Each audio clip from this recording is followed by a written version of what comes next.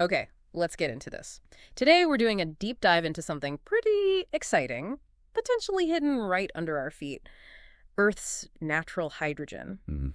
We've got this fascinating new study, and our mission today is really to unpack how scientists are starting to crack the code on finding it, Right. finding this, super clean energy source. Apparently, there's a kind of geological recipe they've figured out. Yeah, that's a good way to put it. And this study really takes our understanding of natural hydrogen up a level. We're talking about hydrogen gas that, well, it forms naturally deep in the Earth's crust. They sometimes call it gold hydrogen, right? Or white hydrogen. Exactly, gold or white. And the key thing is, unlike the hydrogen we usually make, this stuff is just there, Right. naturally generated. Meaning we might not need all those complex, sometimes energy-hungry processes we use now, like electrolysis, or methods using fossil fuels. Precisely. That's the core of why it's so significant. It's potentially a much cleaner route right from the start. Okay, so the why is huge. A naturally made, low-carbon, clean fuel.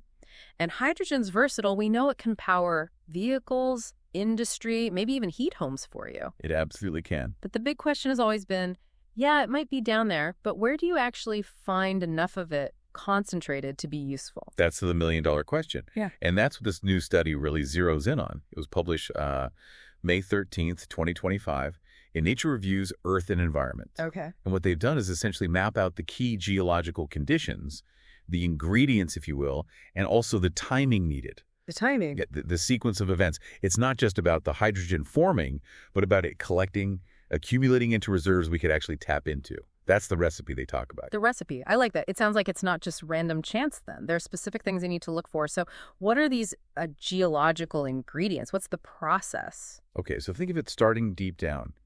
Hydrogen gas forms from, chemical reactions, water interacting with certain types of rocks. Rocks rich in iron, the source mentioned. Yeah, especially iron-rich rocks. But here's the crucial part of the recipe. Yeah. Once it forms, it's a gas, so it wants to rise. Makes sense. So you need more than just formation. You need a trap. The study found you need specific geological structures combined with layers of rock that are impermeable. Basically, rock the hydrogen can't easily seep through. Ah, like a lid. Exactly like a lid. Okay. It traps that rising hydrogen gas, lets it build up underneath, forming a potential gas field. Just like, how natural gas or oil fields form. So you need the right kitchen, the right rocks and water down below, and then you need the perfect pot lid, that cap rock, to keep it all in. Sounds like it needs to be just right. The source compared it to baking a soufflé. That's a perfect analogy they used, yeah. A soufflé needs everything just right. Ingredients, temperature, timing to rise and hold. Same idea here. Right. You need the hydrogen formation, then it needs to migrate, and then it absolutely needs that effective trap.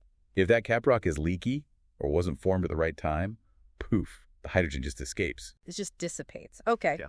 So this research tells us what makes that geological soufflé actually work. Pretty much, yeah. It defines those critical factors. And is this recipe super rare, like only found in a few very specific, unusual places?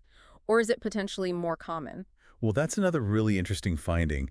The study suggests these necessary conditions aren't limited to just one type of geological setting or one specific time period in Earth's history. Oh, really? Yeah, they can exist in many different settings globally and across a whole range of geological ages.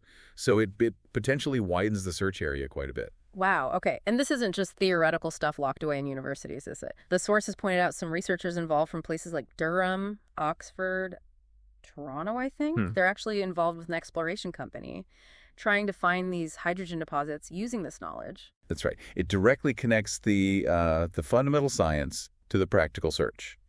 They're trying to apply this recipe to find actual accumulations, which ultimately is what you need to harness this resource for everyone. Yeah, understanding the how and where, that feels like the critical first step to turning this potential into, well, actual clean energy, moving beyond guesswork. It's about making the explorations scientifically targeted, pinpointing the best places to look. It's genuinely exciting.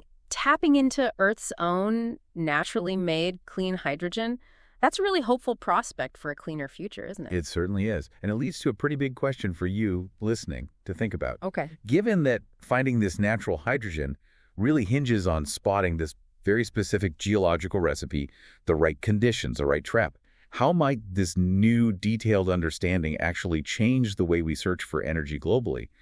What could that mean for different countries or regions? Could it shift where we find future energy wealth?